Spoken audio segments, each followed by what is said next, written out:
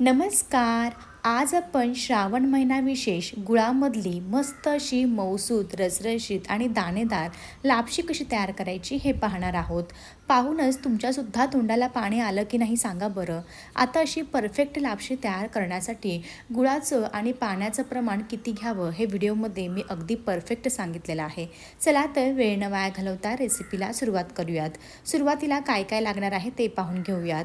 1 वाटी लापशीचा भरडा घेतलेला आहे, काही काजू बदामाचे तुकडे, 2 चमचे भाजलेले शेंगदाणे, सुक्या खोबऱ्याचे काप, 1 वाटी भरड्यासाठी त्याच वाटीने मोजून 1 वाटी गूळ देखील लागणार आहे. आता पाणी किती लागणार आहे ते पाहून घेऊयात. बरोबर आपल्याला 3 वाट्या पाणी या ठिकाणी लागणार आहे. 1 वाटी गव्हाचा भरडा असेल तर त्याच वाटीने मोजून 1 वाटी गूळ आणि 3 वाट्या पाणी घ्या. हे अगदी परफेक्ट प्रमाण आहे. आज आपण झटपट कुकरमध्ये लापशी तयार करणार आहोत.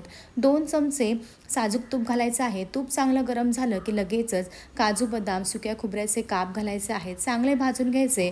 आता ते सुद्धा चांगलं भाजून झालेलं आहे. आता घेतलेला 1 वाटी गव्हाचा भरडा घ्यायचा आहे. तो सुद्धा अगदी 4 ते 5 मिनटं कमी आचेवरती छान असा खमंग भाजून घ्यायचा. आता हा भरडा घेताना ना मध्यम साईजचा जो असतो ना तो घेतलेला आहे. आता एका साईडला 3 वाट्या पाणीसुद्धा मी मस्त असं गरम करून घेतलेलं होतं.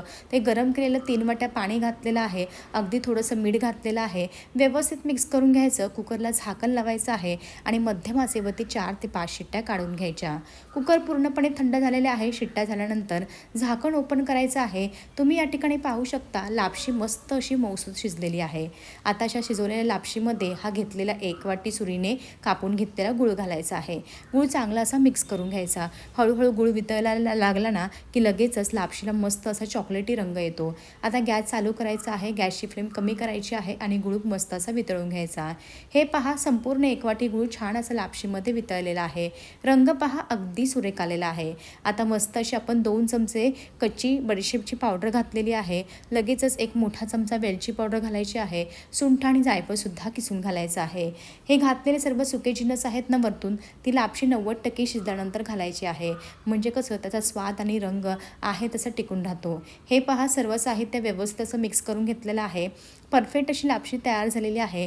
लापशी अजूनच चवदार लागण्यासाठी मोठे 2 चमचे वरतून साजूक तूप घालायचं आहे आणि व्यवस्थित असं मिक्स करून घ्यायचं आहे की नाही सोपी पद्धत. मस्त अशी आपली मंदिराच्या प्रसादामध्ये ज्याप्रमाणे रसरशीत लापशी भेटते ना त्याच पद्धतीची ही लापशी तयार झालेली आहे आणि चवीला काय सांगू खरंच खूप भन्नाट तयार झालेली होती. कशी वाटली रेसिपी? आवडली असेल तर जरूर करून पहा. रेसिपी आवडली तर लाईक करा.